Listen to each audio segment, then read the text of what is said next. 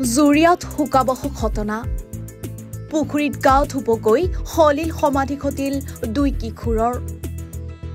জুৰিয়াৰ চামধৰাত এই ঘটনাটো সংঘটিত হয় হলিল সমাধি ঘটা কিশোৰ দুজন হৈছে প্ৰায় 16-17 বছৰীয়া নিশান্ত বৰা আৰু যতীন শইকীয়া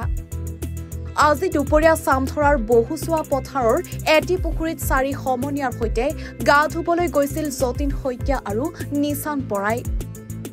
বাৰিষাৰ পুখুৰীৰ গভীৰ পানীত হঠাতে ডুব যায় কিশোৰ দুটি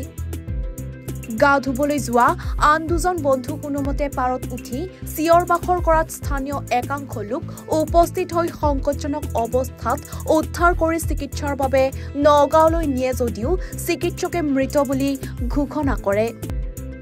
কিশোৰ দুটিৰ অকাল মৃত্যুত সমগ্ৰ অঞ্চলটোত শোকৰ ছাপ পেলাইছে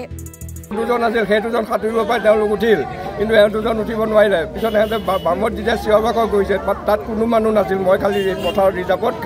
স্কুলত পঢ়ে ন স্কুলত পঢ়ে হায়াৰ ছেকেণ্ডেৰী পঢ়ি আছিল আমাৰ জুনিয়ৰ যিখন আছে তাতে তেওঁলোকে পঢ়া শুনা কৰি আছিলে তাৰপিছতে আপোনাৰ কি হ'ল মই চিঞৰ বাখৰ যেতিয়া শুনিছোঁ মই বুজি পোৱা নাই কি হ'ল চিঞৰ বাখৰ দৌৰি আহি পেলাই পাইছোঁ দুজনে মোক কৈছে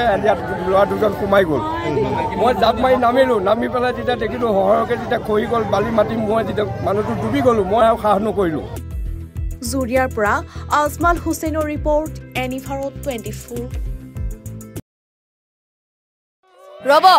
আপুনি যে এটা অপৰাধ কৰিবলৈ গৈ আছে আপুনি জানেনে এই নাবালিকা গৰাকীক এতিয়াই বিয়াত বহুৱাটো যে এটা অপৰাধ আপুনি জানেনে অপৰাধ কেনেকৈ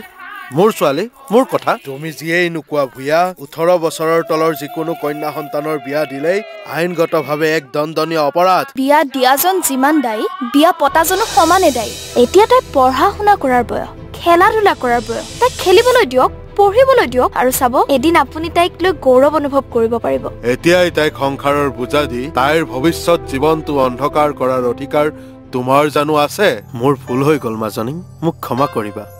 শিক্ষা ল'ৰা ছোৱালী উভয়ৰে প্ৰাপ্য আৰু অধিকাৰ